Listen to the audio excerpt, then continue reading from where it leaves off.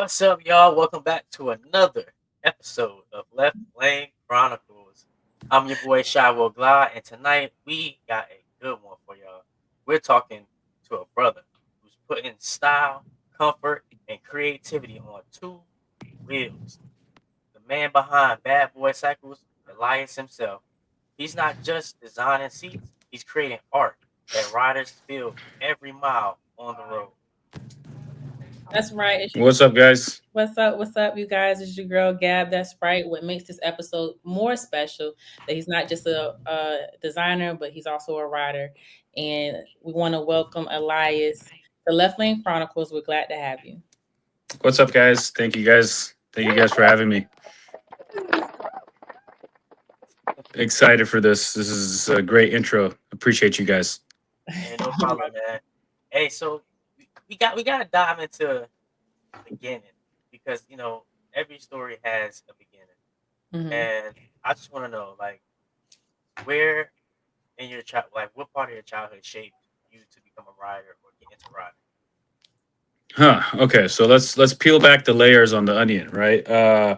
Ever since I could remember, my dad's had Harleys. So growing up, being around, when I was living here in LA, I've seen him have a heritage, and he was always around like love rides and doing the love ride, the big love ride, which also is happening next week too here in Castaic again. So as far as I can remember, like he always was that one like black sheep of the family, which had all these like toys, from Porsches to Harleys to Hondas to Jeeps, all these crazy things. So I mean, I owe it up to him personally because he's the one that introduced me to Harleys. So, and then yeah, it just kind of stuck with me, and then it translated to quads, ATVs, and off roading stuff and camping, and and then when I was like 16. I went for my rider's course Edge, which I highly recommend anybody trying to learn how to ride. That's the way to do it. Go to any Harley dealer or whatever if they offer that, and kind of just learn the basics, the mechanics, right? And then after that, my first bike, he got it, and I've been just riding ever since I was 17, somewhere around there. So yeah, that's pretty much what got me into uh being a rider or into Harleys to general. So I owe it to my dad. Okay, so technically riding is in your blood at that point. Y- Yeah, pretty much. Yeah, I mean, I bleed it. Like Harley comes out, like motor oil comes out of my veins. So Isn't that motor? so I guess with having that inspiration of bikes around you, what kind of kid would you say you were growing up? What kind of kid? Uh, Interesting.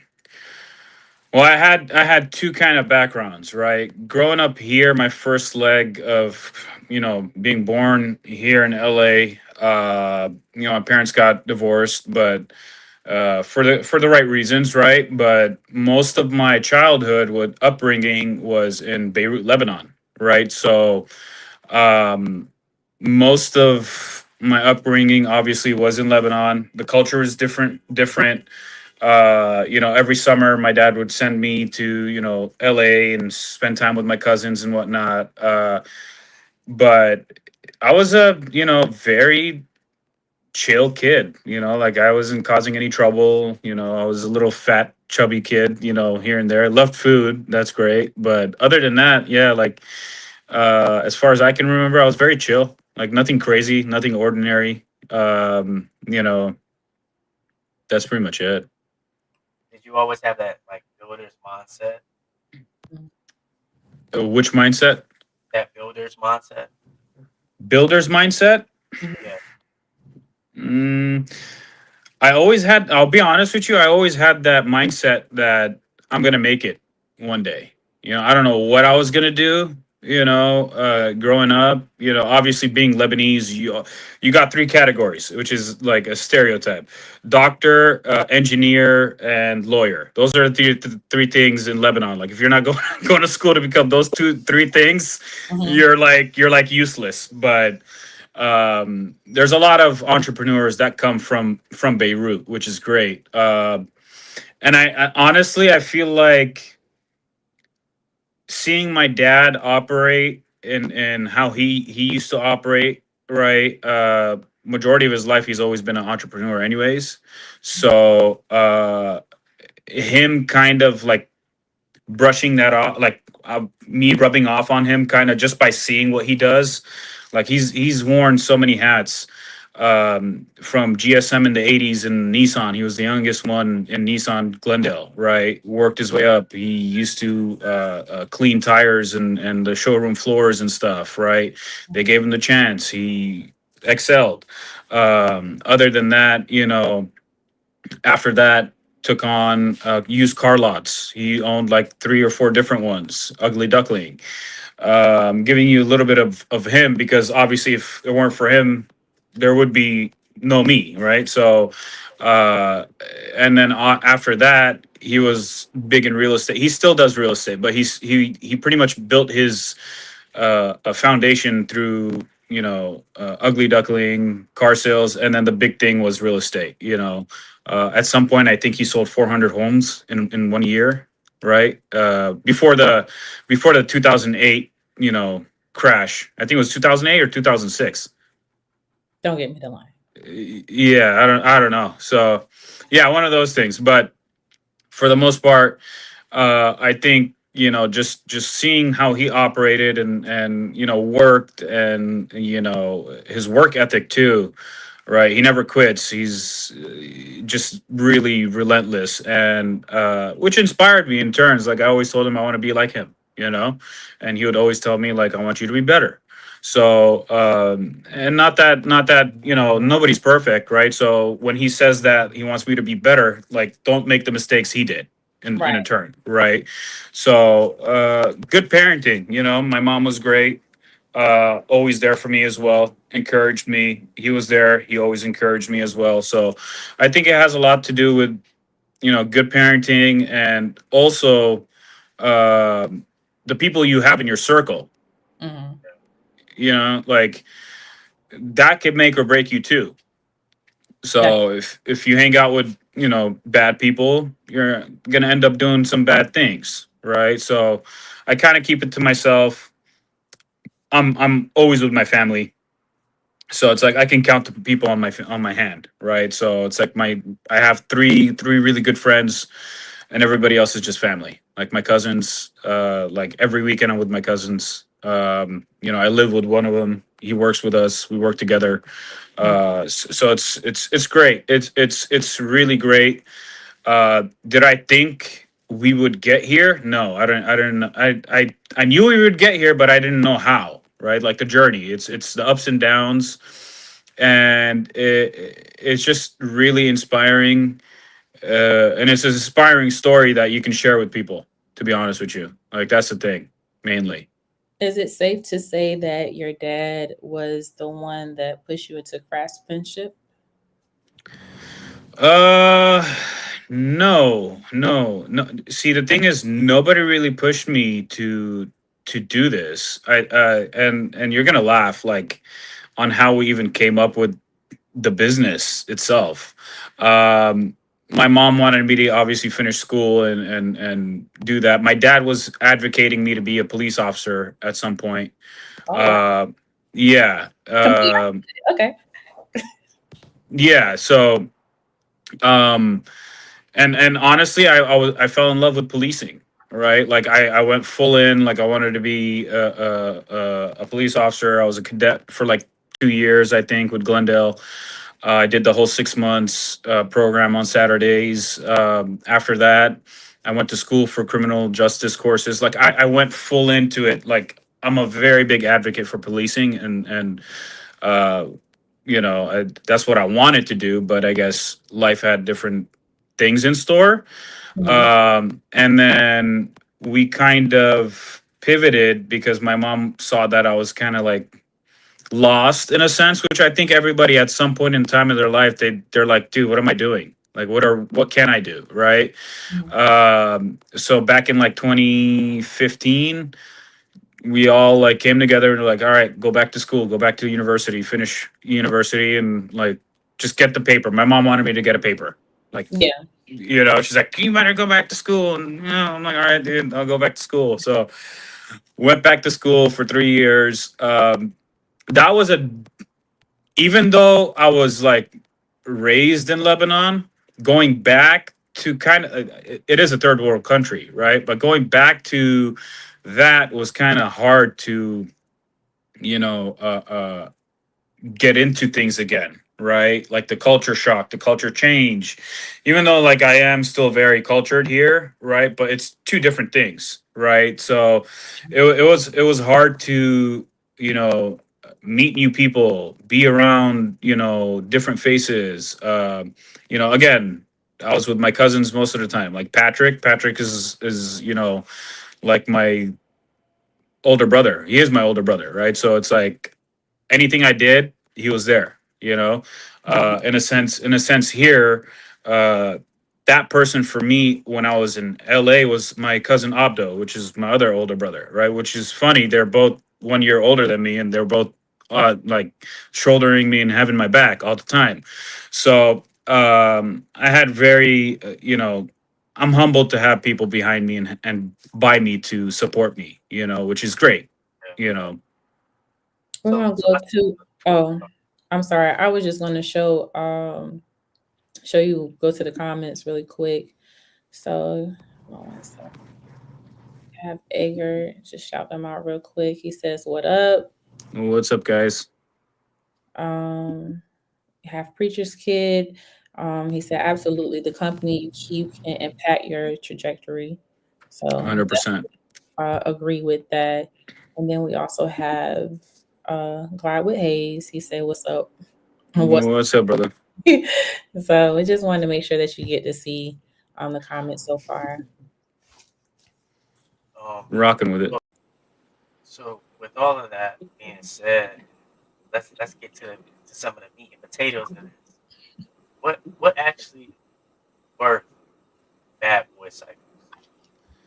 Okay, so this was basically an idea that started. Um, and I always tell everybody my dad's like a MacGyver. He likes to work with his hands and build things and do things. I have no patience for that usually.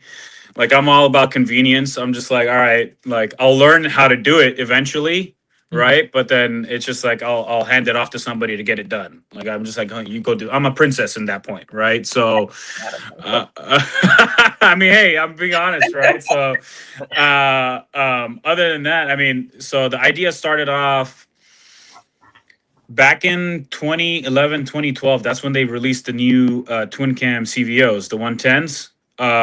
And they offered the low profile CVO seats, right? So at that point, he was still doing real estate, and he was like, you know what, I'm gonna blueprint something for this. They sell us a $40,000 bike, and there's no backrest for these seats. And I'll be honest with you, that was probably one of the best seats Harley made as a stock OEM option, but there was no backrest for it. So you know, he started working on it and slowly doing it, and then blueprinted everything, testing here and there, and all this happened in the back of our garage, like Jeff Bezos kind of thing, right? So we started this thing in our garage.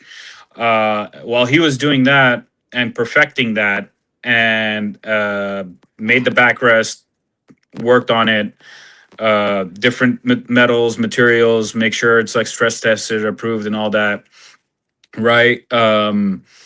And then it took off, and he was doing it like he was selling, a couple things here and there, like 20 units a month, 15 units a month. All his friends were laughing at him, like, oh, you're doing real estate now. You're selling parts. Like, what are you doing? And he's like, Yeah. all right, great, cool. Like, watch, right? So, you always have people that are always going to doubt you, and I like to tell everybody, you have to have this kind of delusion to your goal. Like you got to be delusional at some point, and people are gonna be like, "Oh, this guy's delusional," But I think you allowing yourself to be delusional, but only seeing and sticking to your goal and sticking to your words, I think you'll end up seeing that result later down the line. And he stuck with it. And then at that time, I was like, I had enough of being in Lebanon. I was like, you know what, I'm gonna come back. I'm gonna come back and just kind of see what I'm gonna do after I finished. And I saw the platform. I love writing. I was itching, to ride when I was there, and you can't pay me enough to go ride in Lebanon because there's no lanes really.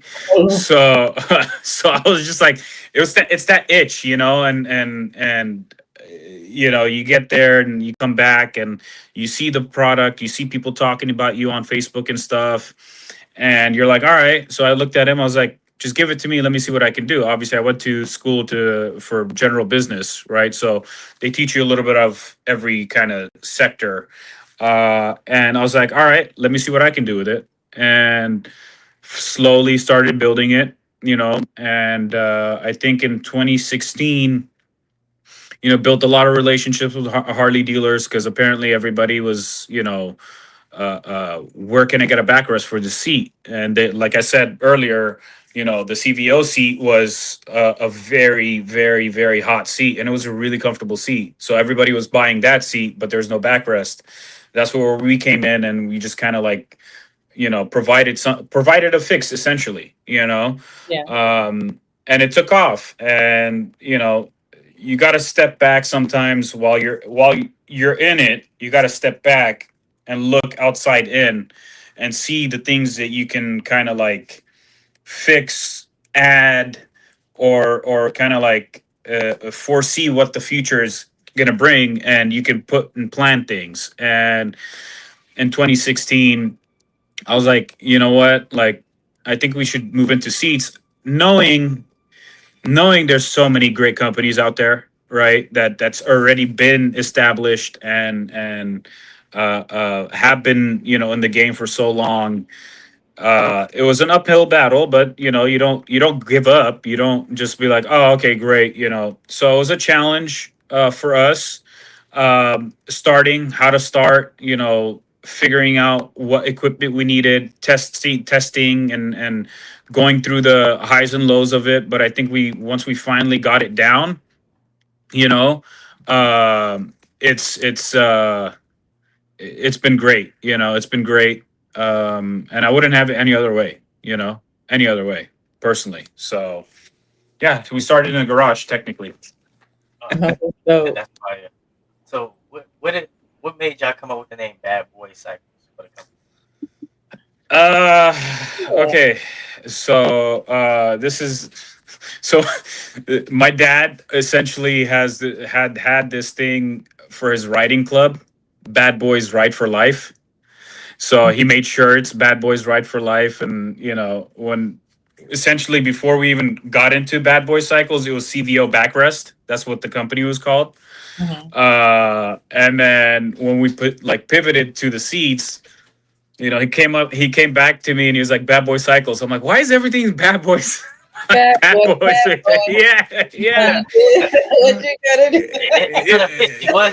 You was trying to be proud at one point. So Yeah, I mean, yeah. So Right. and at some point when he presented the name, I was like, come on, man, like this is so cheesy, it's so corny, Yeah. but then you learn to appreciate it, right? And I respect it. So the word Bad Boy Cycles, I just respected it so much. And obviously we didn't know how big this thing could get, and the respect that you get from your peers and whatnot, and the customers and fellow writers too. So right now it's like I bleed, Bad Boy Cycles. So it's like it's stuck with me. It's a brand, and I'm building not only just a brand, like a lifestyle for everybody. It's like you don't have to buy anything from me. It's just like you can support us by just liking the brand name. It's so simple as just that. So do you think that that pivotal moment of changing the name kind of elevated things a little bit? Because like a name can really make or break a company at times. 100%. I mean, you look at part of doing business. It's what's marketable. Like you need a name that's going to be marketable, right? So I didn't buy into the name when he first presented it to me, right? But slowly, you start pushing it. Bad Boy Cycles, Bad Boy Cycles, Bad Boy Cycles. You start to pre kind of like put it like you pre-wire it in your mind, right? And once you get it down, it's just like, yeah, dude, like Bad Boy Cycles, like this is where it's at. Yeah. So it's I love the name. I grew to love the name. At first, I was like, we got to compartmentalize. Bad Boys Ride for Life, Bad Boy Cycles, kind of. You know what I mean? Like Mhm. he has a thing for being cheesy and kind of putting everything under one blanket. And I was like, no, no, no, no, no.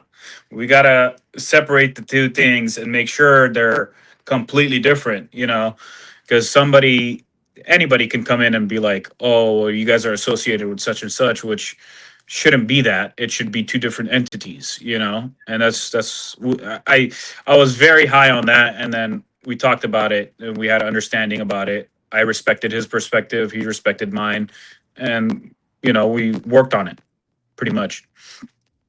So What would before we oh, continue, go ahead. it is time for our commercial break. Huh? Commercial break. Oh, commercial Okay. break. I'm sorry, I didn't hear you well. 1 second, you Sorry about guys. that. Was brought to you by Eagle Lights, lighting the way for riders who demand clarity and style, and by Bad Boy Cycles, redefining comfort one custom seat at a time. Proud partners in the passion for the open road. This is your boy, Shy Will Glide, and remember, keep them twos down, you heard?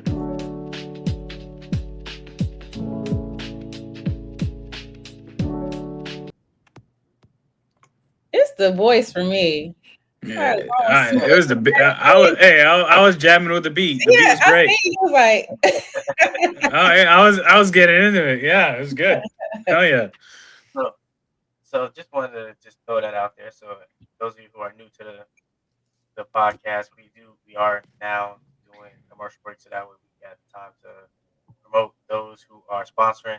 And as you see, we do have Elias here from Bad Boy Cycles, who is one of my sponsors. So therefore, you get to see the man in the flesh, well, not really in the flesh, but on camera, speaking about the company as well. So just felt like Appreciate that, brother.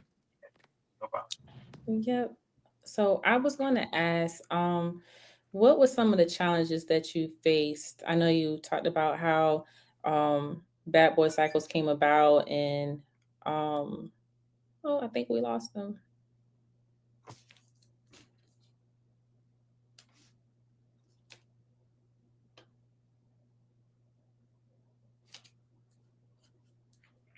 Did we? I think he's having some connectivity. There you go. All right, somebody called me. That's why. Yeah, Oh, I, okay. I forgot to not put do not disturb. My bad, guys. Repeat your question. Sorry, hon.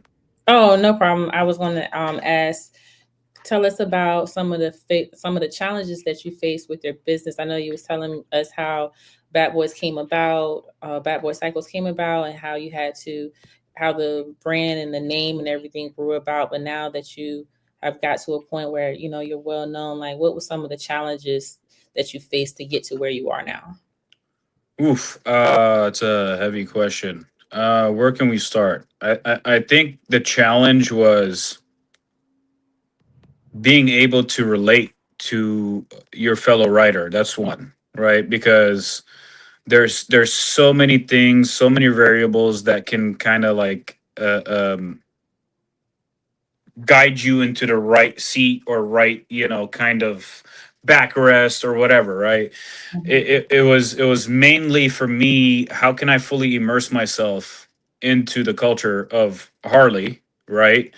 And stick around and kind of be a sponge for and learn from people in the industry, right? But it's so hard because I don't feel like there is that help that can somebody can from business to business can give you ideas, right? Or just kind of like be encouraging, right?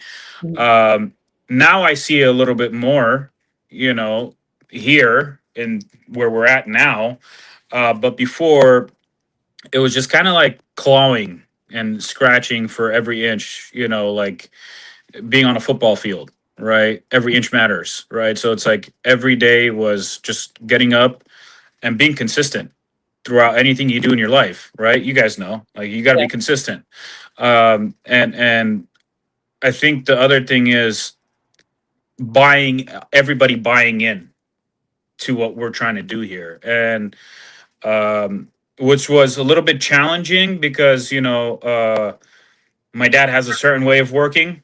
He likes to do things on the fly and stuff. I'm more like like, I don't want to say professional. We're both professionals.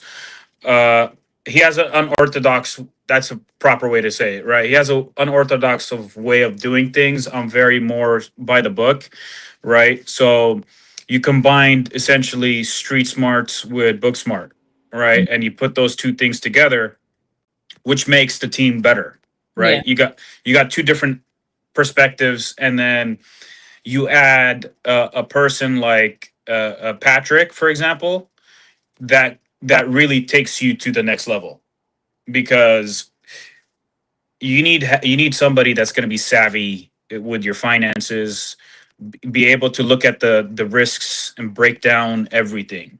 You know what I mean? Yeah. And Abdo and Patrick have been very essential, to the business. And them being there, constantly supporting and just being there, having our backs.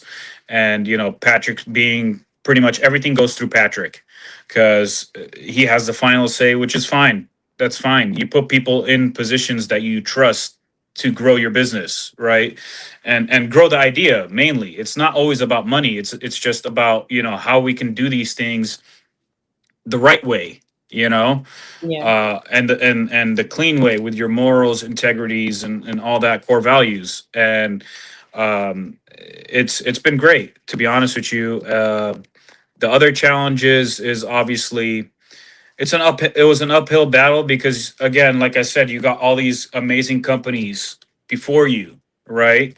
And you got their followings, and you got their fans, and you got their big fan bases, right? And you know how it is. I'm a Laker fan. I'm a diehard Laker fan. And being a fan of a company, or being a fan of a team, it's like you're never gonna go somewhere else. Yeah. Like, I don't care about the Clippers. Nobody cares about the Clippers, right? So it's like, it is what it is. But I think the difference before shutting something down is learning how to appreciate what another business is trying to do, right?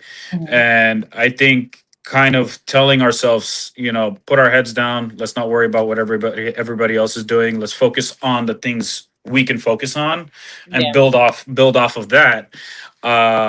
I think that's what really stuck with us. And we're super humble. Like, I can pick up a phone. Like, I had 4 different phone calls today, which lasted over an hour and a half, just Mhm. going over the basics of different seats, different dimensions, different this, different that, the variables, heat, cold weather, rain, all that. All these things can affect us as riders, and we ultimately think that one part is going to fix everything on the bike, Mhm. which is not true. I can tell it, you can say it, and we all can agree to that or disagree. Yeah. You're tense, you're stressed, you're this, you're that, and you're trying to operate a motorcycle. Of course, everything's gonna hurt. Everything's gonna hurt. You, Everything. you, Yeah. you know. So the other biggest challenge was finding the right demographic, right? Because and like you see now, I feel like the demographic is growing, it's changing, it's changed, right? And maybe you guys have heard this. A lot of people are saying like, "Oh, the Harley culture has died," or it's all influencers and this and that. There's a lot of room for both to be together. You Yeah. know, I feel like being an influencer. You guys are being influencers and whatnot. We're all they all have negative oh, influencers, this, that. No, well, some people have really great informative content to provide to you guys, Yeah. and it's like working with you guys and understanding, different perspectives. I feel makes things better for us in total. You know what I mean? Yeah. You have Glide with Hay says that's the best way to be in business. Have those horse blinders on and walk your path, and things will fall in line. Yeah, I that part I agree with because, and I also again like everything that I'm about to say or we're gonna talk about is always gonna be reflecting of the people in my corner, right?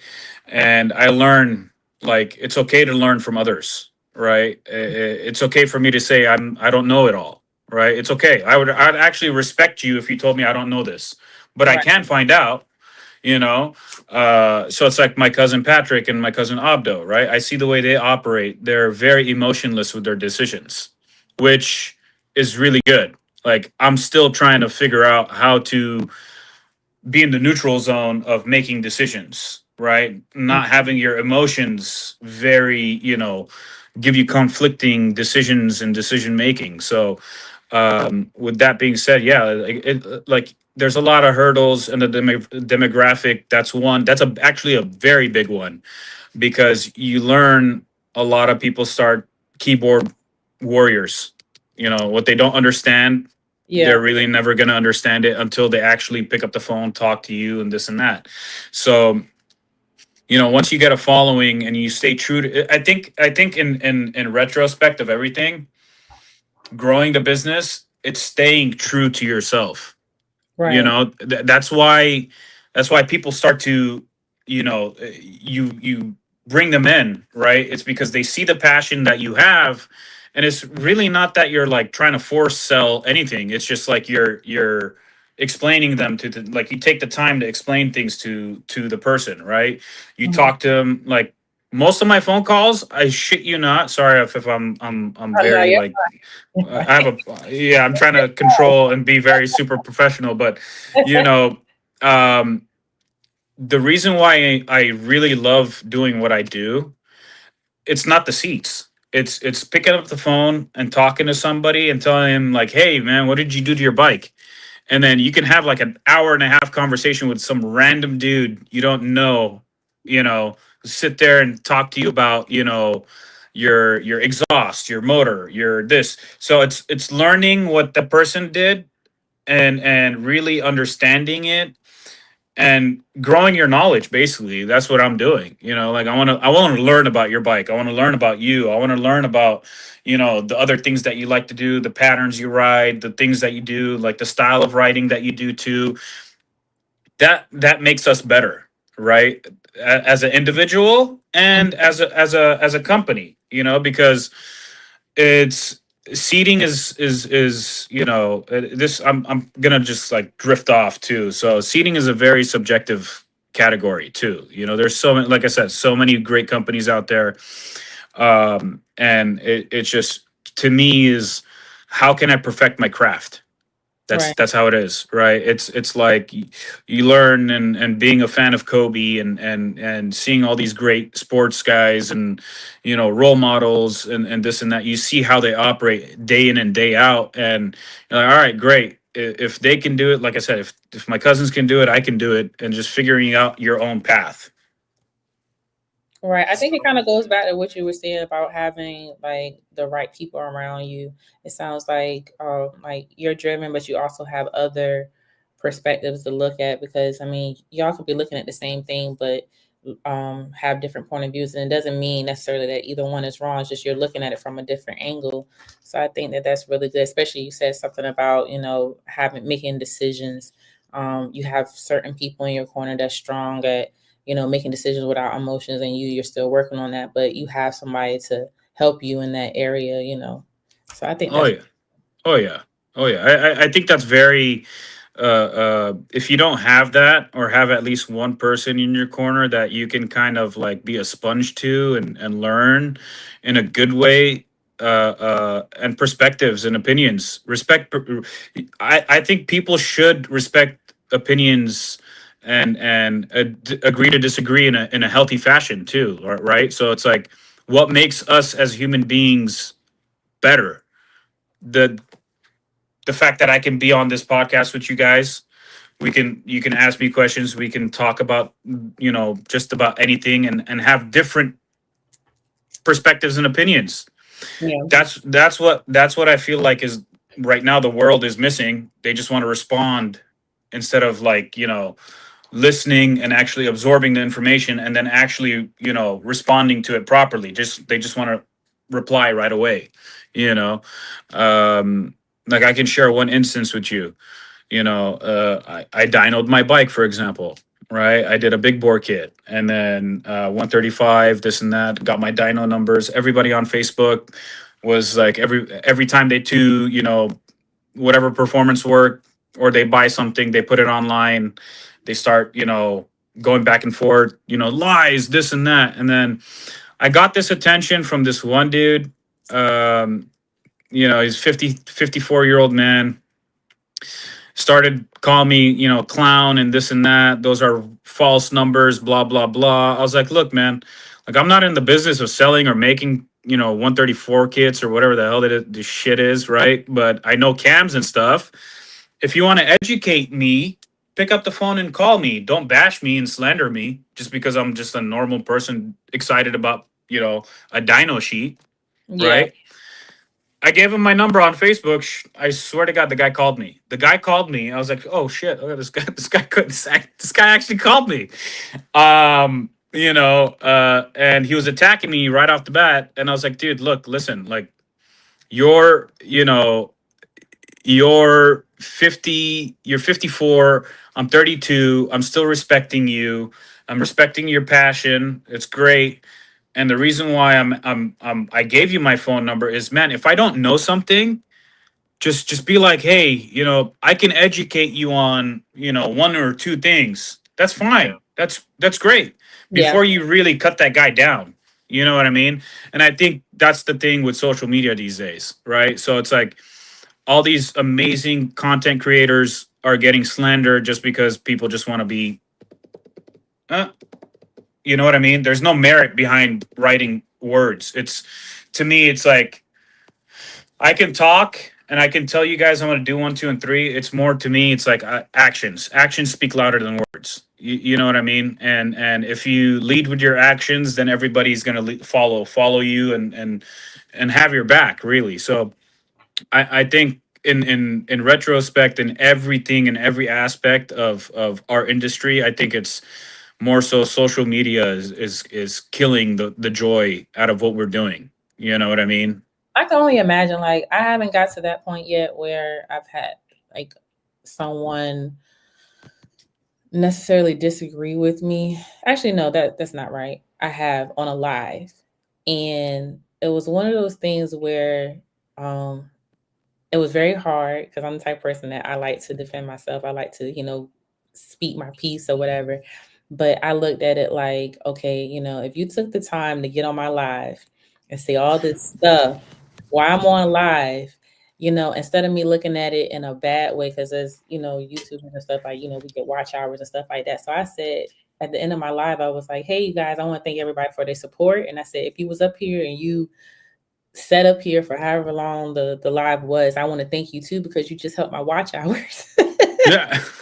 So I literally had to look at it like that. Like, okay, you're up here spewing negativity. You're the only one, So I think, like, in those instances, you just have to thank them. Like, you know what, thank you for, deciding that you want to be evil or whatever like that, because other people's going to see and they're going to be like, yo, this person's a clown, or they're doing too much and stuff. So I looked at it like, hey, you helped my watch hours. Thank you.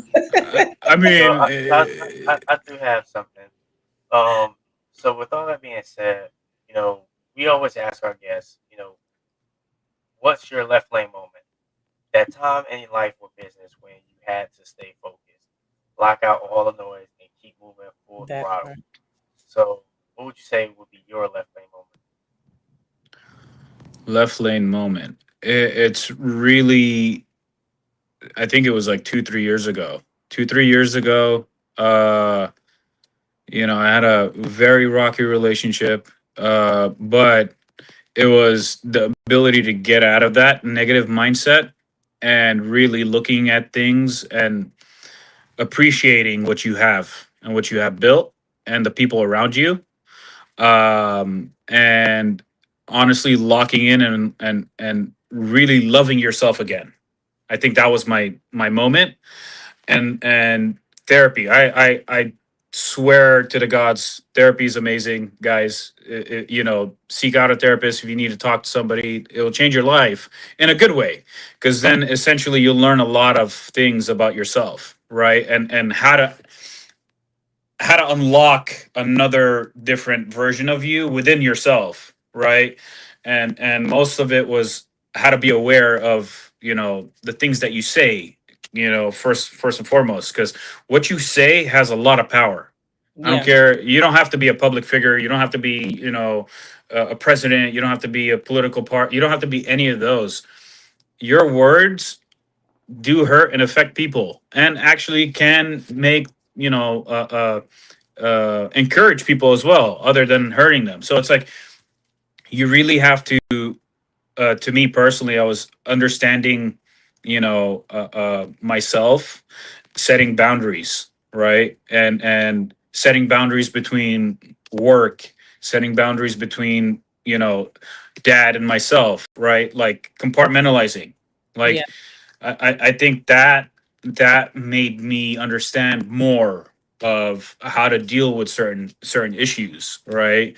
mhm, And then being able to look at that, and then obviously again, I'm gonna keep saying Abdo, Patrick, uh, those two core people in your corner, are very fundamental for you. And it's not monetary or anything. It just could be somebody just to have your back or somebody to lean on, because sometimes you need two people or one person. It doesn't need to be two people. You need somebody to kind of tell you, hey, you're fucking up. You're doing exactly. one.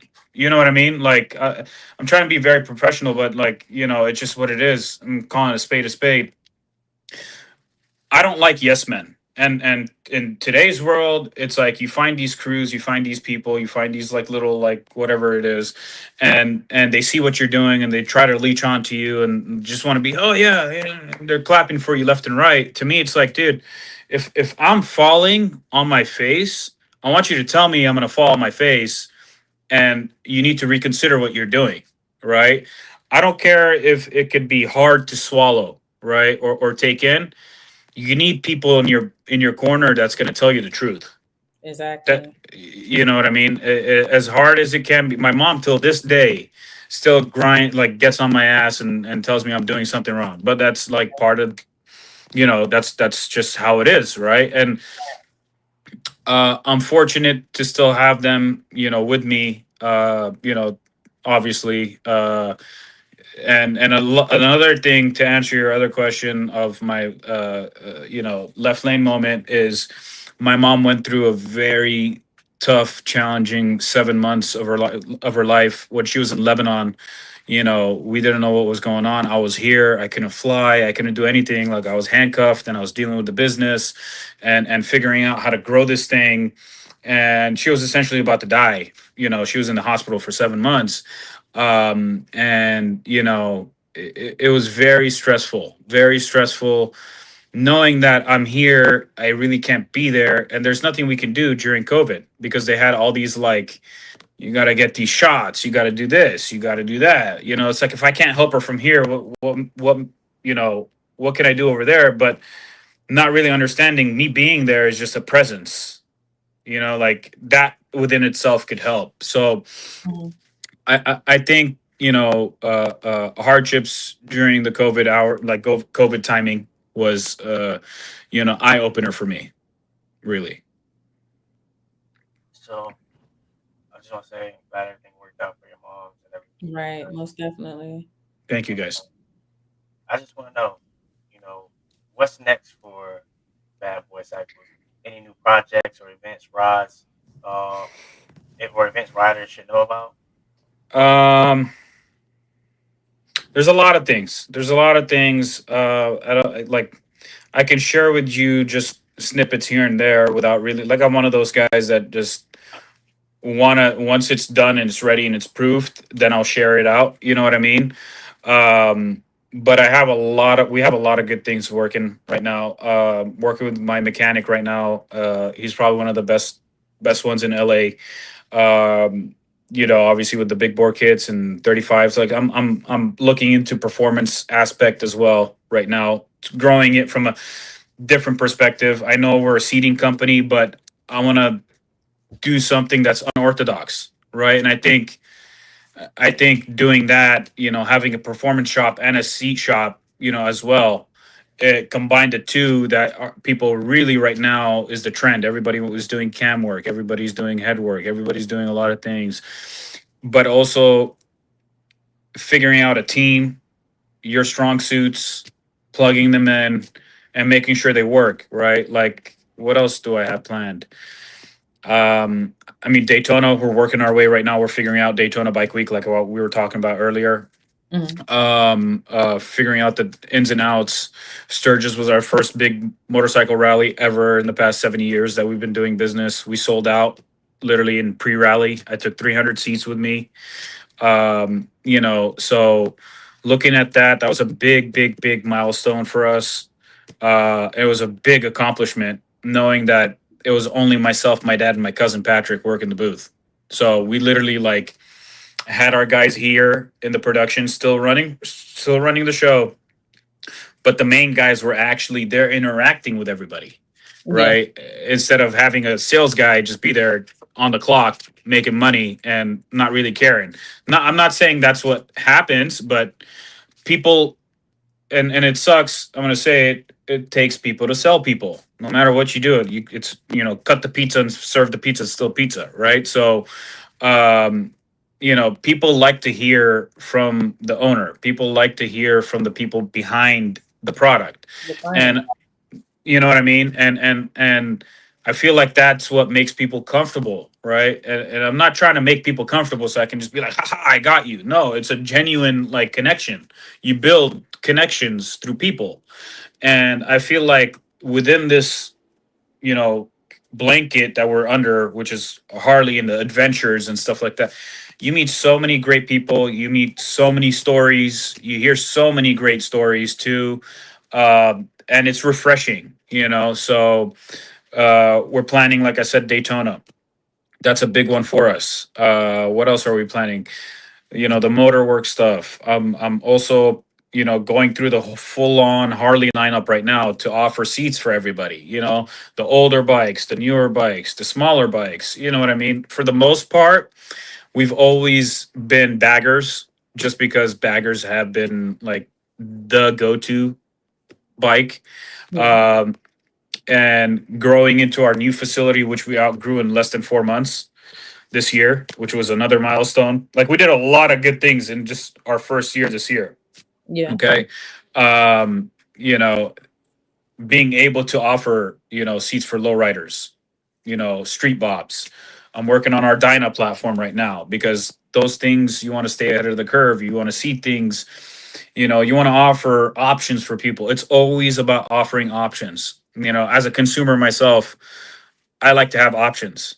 You know what Yeah. I mean? It's just, not everybody likes ketchup. They like mustard. But, if I was to only offer ketchup, you'd lose out on the mustard people. Just, it's a stupid analogy, but like, you know what I mean, We right? get it. So, But so, um, so where can folks find your work or get connected with your brand? say that again, brother. Where can folks find your work or get connected with your brand? Where they can find my work. I'm very active on social media, meaning Instagram. right? You'll see a lot of buzz on like the Road Glide Nation forums on Facebook. 2024 Harley Davidson Road Glide, Street Glide. You'll see a lot of people talking about Bad Boys on those platforms. Even Road Glide, I think roadglide.org or something. You'll see a lot of people advocating and talking about Bad Boys and the products and us in general. It's sometimes it's not even the product. It's about, like I said, the connection you make with somebody. Last week, I had a phone call about 7 p.m. my time. I already closed the shop. This gentleman, great guy, Douglas. He does audio for Harleys and stuff, and it was such a great phone call. He called me just to pick my brain, about a seat. And then we obviously talked about his business and how he got into it and what we did and this and that, back and forth. And, you know, he ended up hanging up the phone, called, bought the seat, even though he wasn't even planning on buying the seat. And then went on Facebook and just left a great like review. Like, dude, it was 7 p.m. I wasn't even bothering about buying a seat, but you know he took the time to like talk to me, and we went over a bunch of different things and scenarios. And I think it's just, again, word of mouth is very powerful.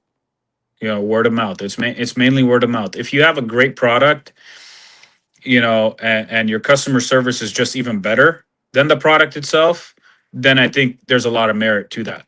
Right. And I think it's mainly the goal, the objective, right? Like, the goal is always to make money. Everybody wants to make money, right? But like I said earlier, it's how you do it. Are you lying to people? Are you staying true to yourself? It's if you're truthful, you're going to see everybody fall in line and follow you, support you. Like I said, doesn't have to necessarily be like you spending money with me, right? It's just you being genuinely happy for the other person. Like, it doesn't cost you much to clap for a person that's winning. Right. So I think that's pretty much it. Yeah, like social medias, IG. I'm very active on IG in both business and personal. And then Facebook. Yeah. And then obviously our website, www.badboycycles with a Z .com. You'll see that. I'm currently rebuilding our website right now as well. So there's a lot of things happening in the like back end of the season right now too, which gears you guys up and gears everybody in the industry for what's to come. Biggest, domino, which is everybody knows November, I think 3rd, the 2026 lineups are coming out. So everybody kind of stays on what they're doing and then kind of sees what the new lineups are offering, and then they kind of plan based off of that. But I think everybody in the industry is not just stopping what they're doing. They're still continuing what they're doing, but also leaving a small platform area to kind of introduce new things, just because the new bikes and new platforms and all this stuff that are coming out. So it's just interesting. We'll see what's going to happen. There's a lot of things that Harley's doing that's changing. So which is crazy, and I think change is good. Change sometimes is good. You don't have to change something that's not broken, but change sometimes could be very, very helpful to the community and to just the brand itself. Definitely agree. I just want to say, Elias, much love to you for coming through and sharing your story, what you're doing for the community, that blend of comfort, quality, and real rider passion. That's what this lifestyle is all about. Like, for real. Thank you, brother. Thank you. I mean, and let's. I don't know how much time we got, but I could leave it with this. It's seating is very subjective. It's such a hard category to nail. I think we brushed up on it a little bit, but not necessarily. I could look like you, same shape, same size, same everything. The same seat's gonna work, right? As a business owner, you also have to be okay with your seat not being for everybody, right? And I think that's what makes us very human, right? And You just have to make sure and go over it and take the time. It's okay. Take time. Be present. Be in the moment with somebody. You know what I mean? I think that's what different. It doesn't matter. It doesn't have to be business wise. It's just being in the moment with the person, right? Being able to listen without replying fast, absorbing the information. You know, giving your input. You know, sometimes people don't like unsolicited advice, but if it's coming from a sound person that you can learn from, I'm all about learning. You know, I'm not perfect. Perfect's just for God Himself. You know what I mean? That's what I believe in. But I think you surround yourself with good people, good-hearted people, same objectives, growing together, and kind of building like a little family outside of your family. I think that's what it really is for me personally. You know, and then a little bit more on the seating stuff. It's just like really take the time and do your research, guys. You know, call us, call anybody in the industry. Try to pick their brain on what the perfect seat is. Don't just go and just click and buy. Right? Do the due diligence. Call anybody. Like call your friends. Call this. Try them out. You know what I mean? And really figure it out if that's what the route you want to go. Same thing with the motor. Same thing with exhaust. My taste is different than Will's and yours, per se, for example, right? Like, when the T-bars were out, right, in 20, I think I really caught onto it like in 2017. I started to notice like the T-bars and everybody started doing the T-bars and this. I'm like, dude, what is this, BMX? Ew. That was me being judgmental, right? Now I completely pivoted. Now I'm using T bars because they're actually comfortable, you know? So it's like, really don't knock it till you try it kind of thing. And that's just like the motto that I have for everything right now. It's like, don't try it, don't knock it till you try it.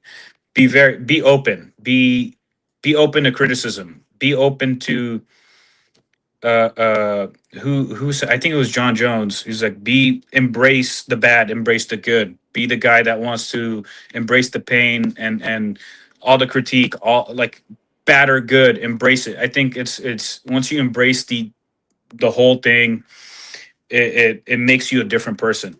Like, I don't want to say different, but you unlock a different version of you, right? And I think that's the thing.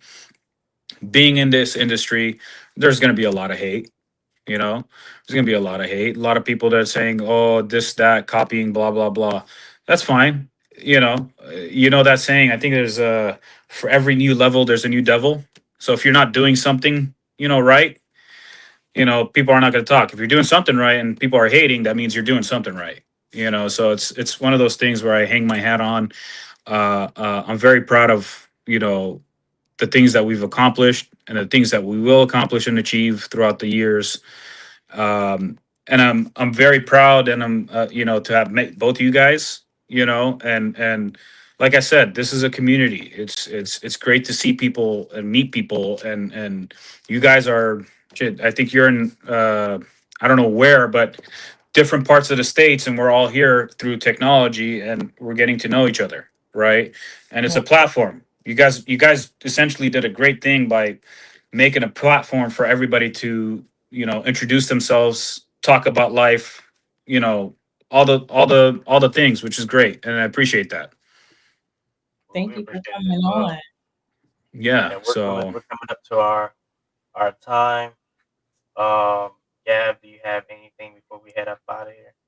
Yeah, I just want to thank you for coming on the show and sharing your story and just pretty much your background and your business and everything. I will let y'all know that I just posted this before the show. Gab has merch. Y'all see it? Keep it G. I told y'all that I was going to be working on this for a while, and I finally got something out. So y'all check it out. If y'all haven't already, make sure you follow me on the socials. Just Gab JUST 757, and on YouTube. That's all I got. awesome. Definitely. I think I do follow you guys. I'll follow you guys on YouTube as well. But yeah, by the way, question before we get off. My Instagram business profile is acting so weird. I can't follow anybody. It's telling me you followed so many people, but I don't have that many people that I follow. I don't know why. I I can't tell you on that one. I man, I man, don't I have got. any problems yet. It's so crazy. It's so crazy. I'm just like, I'm sorry, I can't follow you. You know, they're like, why? I'm like, dude, this is what's going on. So it's like, if anybody that's following us on our business platform, I do apologize. Instagram is doing weird stuff lately, so I don't know, but I appreciate everybody that's following, and supporting us. Stay tuned. There's a lot of things coming, and we're about to make some noise. Yes. And to everyone watching, make sure you like, subscribe, and share this episode. Share all the episodes, and make sure you like every episode. That would be a great help to myself and Gab and the whole entire Left Lane crew. Stay safe, stay focused, and remember, every mile is a memory. It's your All boy right. Shower Glide. And remember, keep them twos down. Down. Y'all have a good night. All right, guys. Have a blessed one. Thank you, guys.